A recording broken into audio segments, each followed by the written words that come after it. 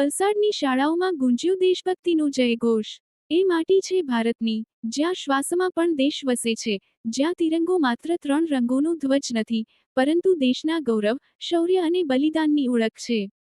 આઝાદીના પર્વની ઉજવણીનો માહોલ વલસાડમાં પણ દેશભક્તિના રંગે રંગાઈ ગયો હતો।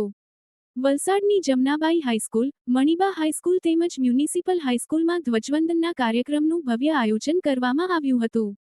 શાળાના પ્રાંગણમાં તિરંગો લહેરાતાની સાથે જ સમગ્ર વાતાવરણ જાણે દેશભક્તિના રંગમાં રંગાઈ ગયું હતું। વિદ્યાર્થીઓના ચહેરા પરનો ઉત્સાહ, શિક્ષકોનો ગર્વ, આચાર્યશ્રીઓની આગેવાની અને ઉપસ્થિત મહેમાનોની હાજરીએ આ ઉજવણીને વધુ યાદગાર બનાવી દીધી હતી।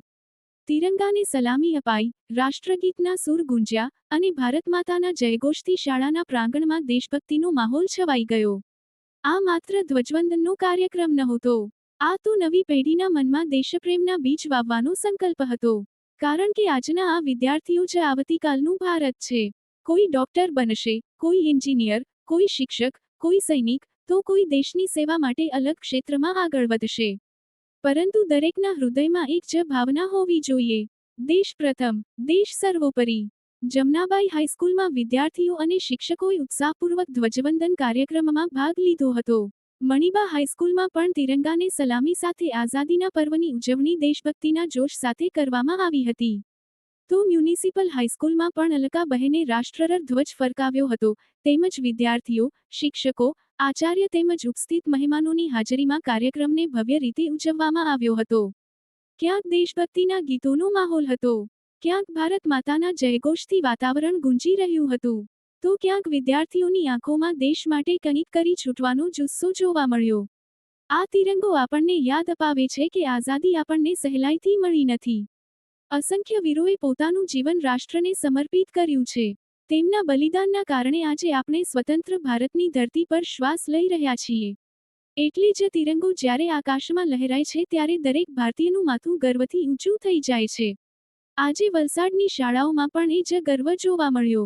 વિદ્યાર્થીઓના હાથમાં તિરંગો હતો, હોઠ પર દેશભક્તિના નારા હતા અને હૃદયમાં ભારત માટેનો પ્રેમ હતો।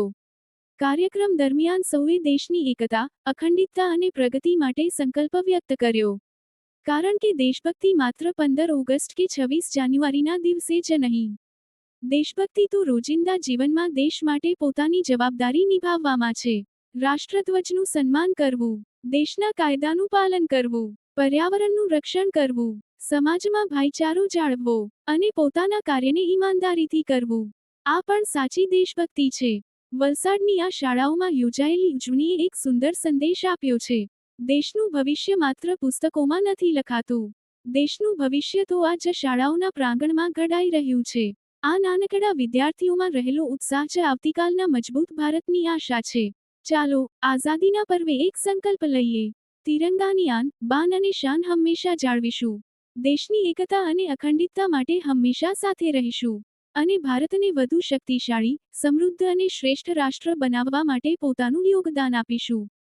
કારણ કે જ્યાં તિરંગો લહેરાય છે, ત્યાં ભારતનું ગૌરવ બોલે છે અને જ્યારે દેશના બાળકો એક સાથે બોલે, ભારત માતા કી જય, ત્યારે દેશભક્તિનો આ અવાજ માત્ર શાળાના પ્રાંગણમાં નહીં, પરંતુ સમગ્ર દેશના હૃદય સુધી પહોંચે છે। જય હિન્દ, વંદે માતરમ।